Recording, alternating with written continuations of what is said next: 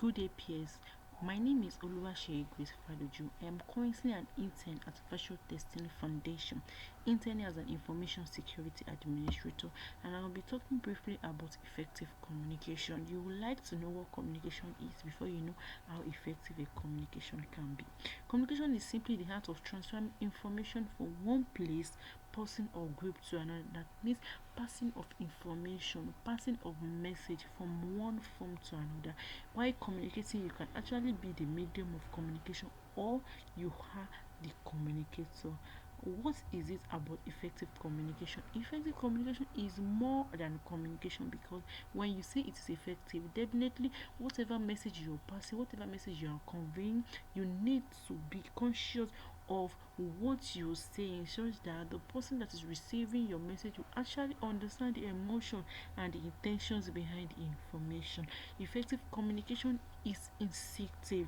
That means to say whatever you're communicating to someone must actually come flow natural, and it must actually be done in a way that the person feel, hear and understand your message according to the way it should be delivered.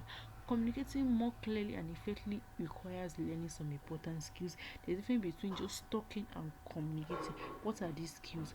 Before we talk about these skills, I would like to talk about why you have been communicating and your communication have not been effective. One, you probably get stressed or out of control when you are communicating, or you lack focus, or you are inconsistent with your body language. That means this moment your body language might be nice, and that moment it might be moody. You might have negative body language as well. That means to say you're actually communicating and your body language is not so attractive. That might actually send a bad signal to your listener. What are these skills necessary to have when communicating so that your communication can be effective? One, you must be a good and engaged listener. For you to communicate well, you must be a good listener. You must focus fully on the speaker, favor your rights here. For you to be a good communicator, you actually have to be a good listener, because at this point you might be the one communicating, and another point you might be the one listening, because communication involves two ends. So someone will be talking this moment and that person will be listening, and that person will be listening and that moment and that person will be talking. So you must actually have a good hearing ability and good listening ability.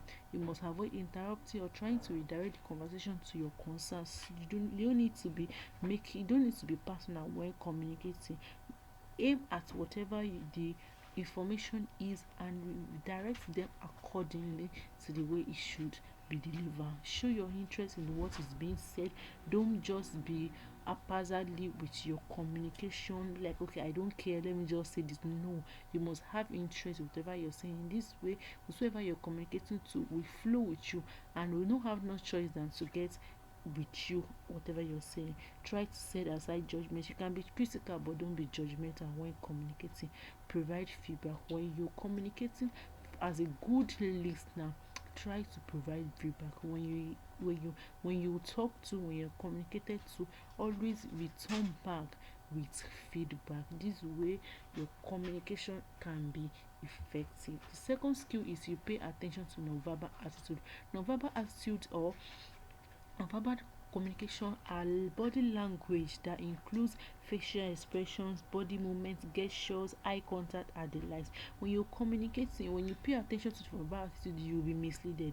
You will lose focus, because you can't actually expect your listener, your audience, to give you full attention. What people will give you wise and people will not. Just focus on what you're saying and you avoid non-verbal attitude. You can improve how to deliver your non-verbal communication too, by adjusting your signals too, by also trying to avoid negative body language. Another skill here is you keep stress in check. It's okay for you to be anxious, for you to be stressed before communicating. Let's assume you are a special guest or a guest speaker. There is going to be this anxiousness in you, but at that point too, you can actually gather yourself by keeping the stress in check. You can use styling tactics when you're lost at the point. call yourself back to order. Whatever your listener, ask them questions like, do you really mean this?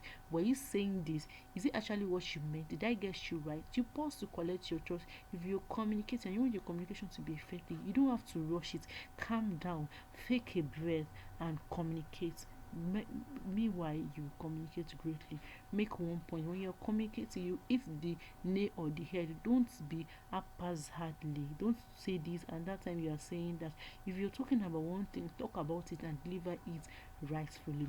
Deliver your words clearly. Don't make the person listening to you to feel like, am I wasting my time listening to this individual? No. Give them reasons to say, I want to hear this particular person speak and speak all over again. Make sure your words are very clear while communicating. Wrap up with a small summary.